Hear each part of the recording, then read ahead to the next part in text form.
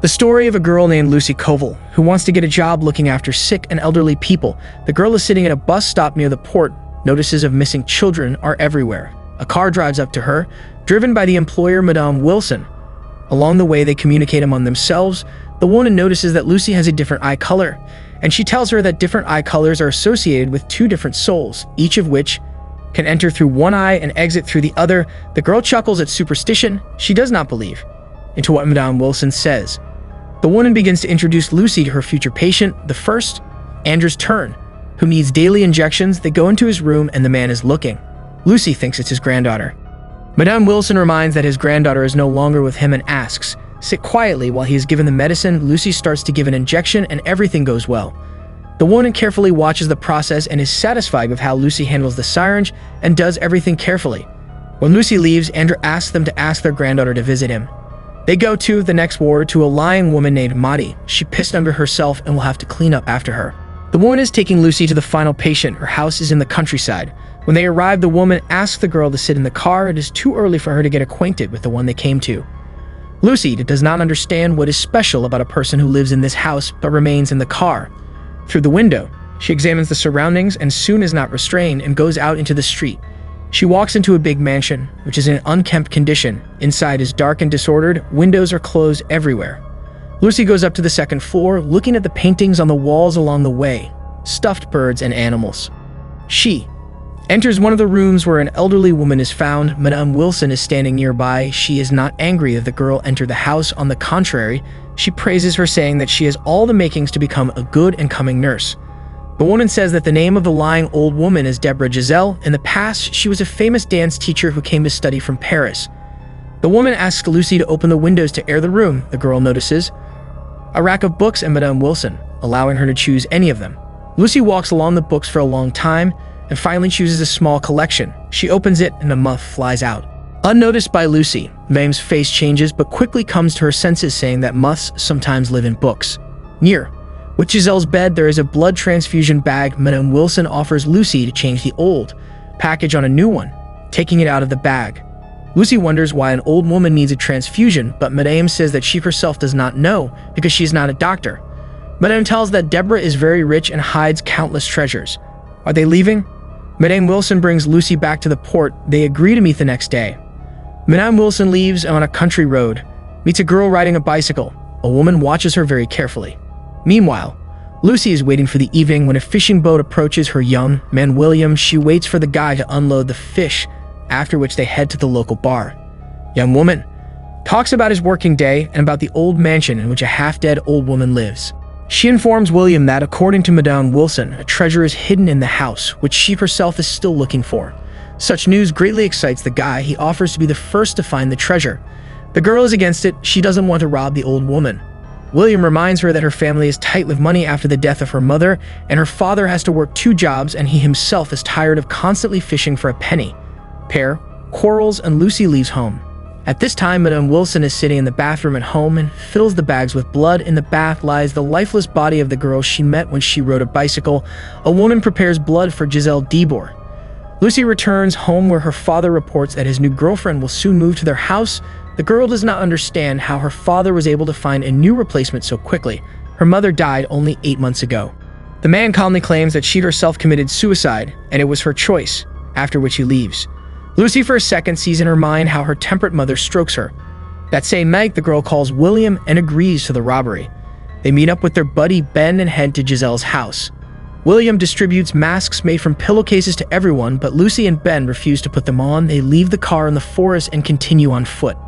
Having reached the territory of the mansion, they jump over the fence and reach the house. All doors and windows are closed, and the young robbers penetrate inside through the basement window. They walk around the rooms in search of something valuable. Lucy offers to leave, but William is against it. He will not go anywhere until he finds at least something.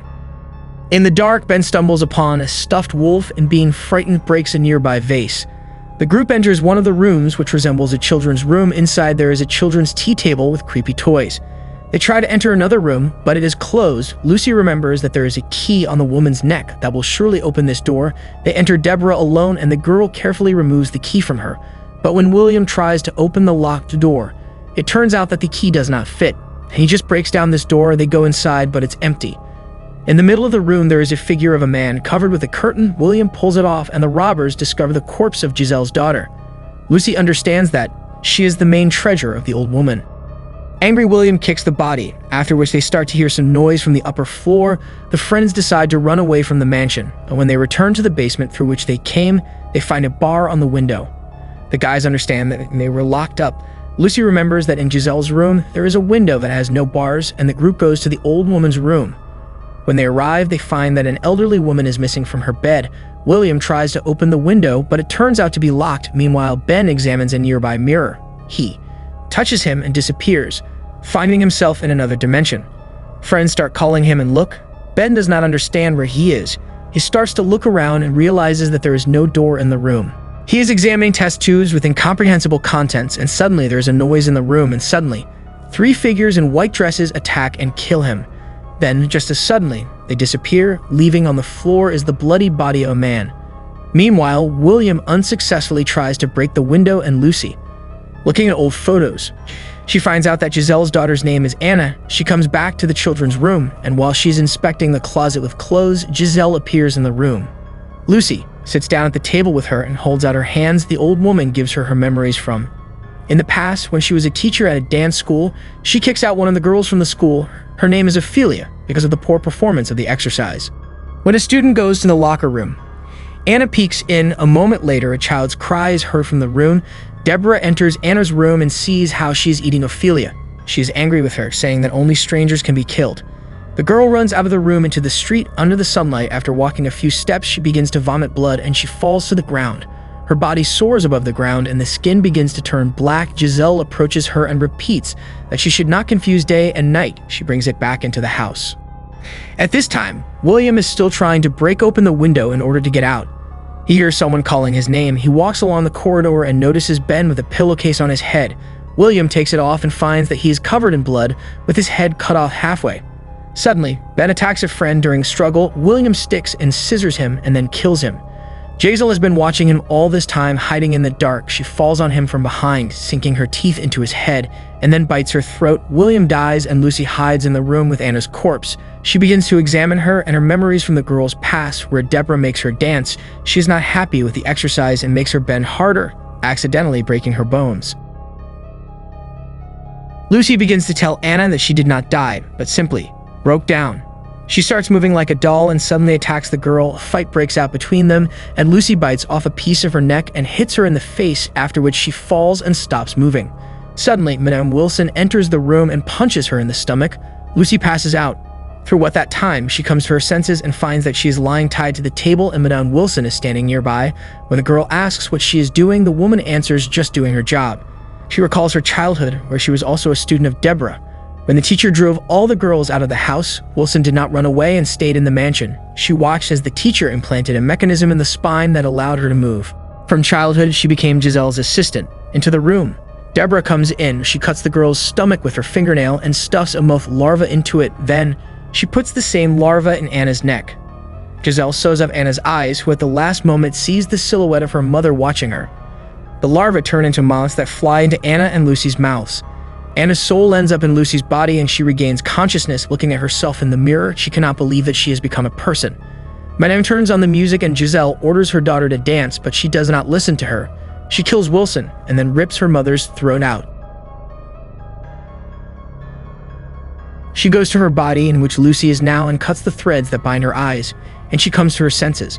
When the girls are together, Giselle returns to the room to pick up the keys to the front door. She attacks them. Together, the girls defeat her by throwing her off the top floor and breaking her jaw. They spend the night together, sleeping hugging each other on the same bed. She goes out in the morning. Street into the sunlight, Lucy takes cover in a dark robe and the two of them go to the cliff, where Lucy falls off a cliff. The wind picks her up and takes her away. Anna is left alone standing in someone else's body watching what is happening. Our video has come to an end. Subscribe to the channel so as not to miss our new videos. See you soon.